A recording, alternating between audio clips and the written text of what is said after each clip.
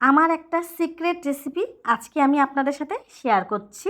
সেটা হচ্ছে কাচ্চির মশলা। অরিজিনাল কাচ্চির স্বাদ যদি আপনারা পেতে চান তাহলে এই মশলার রেসিপিটা শিখে রাখেন।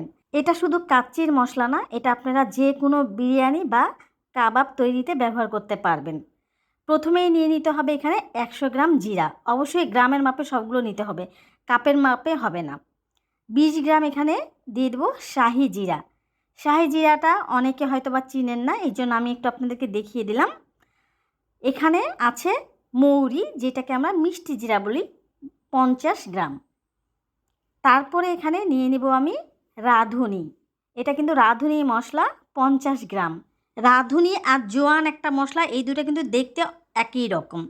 এবার দিয়ে দেবো এখানে 100 গ্রাম ধনিয়া, তবে ধনিয়াটা কিছুটা কম আছে, পরে আমি আরও অ্যাড করে দিব। 20 গ্রাম সাদা গোলমরিচ, 20 গ্রাম কালো গোলমরিচ। এখানে আছে 20 গ্রাম কাবাব চিনি। অনেকে কাবাব চিনি আর কালো গোলমরিচটা এলোমেলো করে ফেলেন। কাবাব চিনির একটা কিন্তু ডাটা আছে, চিকন একটা ডাটা আছে, এই যে দেখেন, আপনাদেরকে একটু দেখিয়ে দিলাম। দিয়ে দেব এবার আমি এখানে 20 গ্রাম লবঙ্গ, দিয়ে দেব 20 গ্রাম পোস্তদানা। এবার দিয়ে দেব এখানে 5 গ্রাম শুকনো গোলাপের পাপড়ি। এই উপকরণে কিন্তু গোলাপ পাপড়ি মোট 15 গ্রামের মতো লাগবে, আমি অল্প করে দিলাম, 5 গ্রাম দিয়েছি। আপনারা যদি কেউ চান যে গোলাপ পাপড়িটা বাদ দিবেন, দিতে পারেন। একদম ছোট যে মশলাগুলো সেগুলো আমি প্রথমে মেপে নিয়ে নিলাম। এবার বড় সাইজের মশলাগুলো 20 গ্রাম নিয়েছি এলাচি, আর 20 গ্রাম কালো এলাচটা দিয়ে দিলাম। এবার দিয়ে দেব 30 গ্রাম দারুচিনি আর 15 গ্রাম জয়ত্রী নিয়েছি। গ্রামের মাপ এই জন্য বলছি, দেখেন এই মশলাগুলো কিন্তু আর কাপের মাপে করা যাবে না।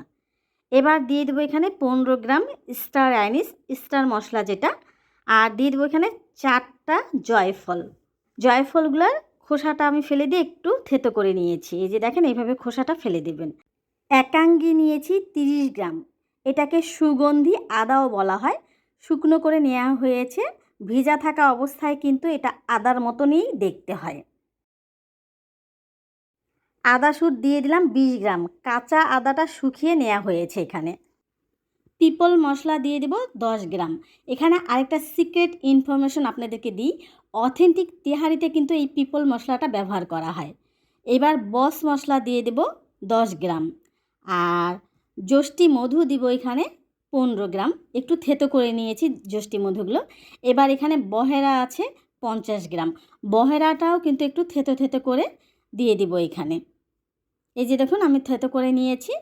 এবার দিয়ে দেবো এখানে তেজপাতা 20টা, আর দিয়ে দেবো এখানে কাঠবাদাম 20 গ্রাম, আর এখানে এবার সবশেষে যাবে খসখস 20 গ্রাম। এটা একটা ঘাসের মতন মশলা, হাসবেন না কিন্তু কেউ, এটাই কিন্তু কাচ্চির একদম অথেন্টিক মশলা আমি আপনাদের সাথে শেয়ার করলাম। খসখসটা একটু ছোট ছোট করে কেটে নিই। এই মশলাগুলো আপনারা বড় যে মুদির দোকানগুলো আছে সেখানে অনায়াসে এই মশলাগুলোর নাম বললেই আপনারা পেয়ে যাবেন। আর আমি একটু ছোট ছোট করে কেটে নিচ্ছি, তেজপাতাগুলো ছোট ছোট করে কেটে নিব।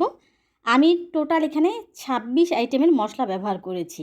এবার মশলাগুলো ভাজা যাবে না, কিন্তু শুধু একটু গরম করে নিতে হবে, ভাজলে কিন্তু মশলার স্বাদ নষ্ট হয়ে যাবে। হালকা একটু গরম করে ঠান্ডা করে নিব। আমি প্রথমে যে ছোট দানার মশলাগুলো আছে সেগুলো আলাদাভাবে একটু গরম করে নিচ্ছি, তারপরে বড় দানারগুলো আলাদাভাবে গরম করে নিচ্ছি।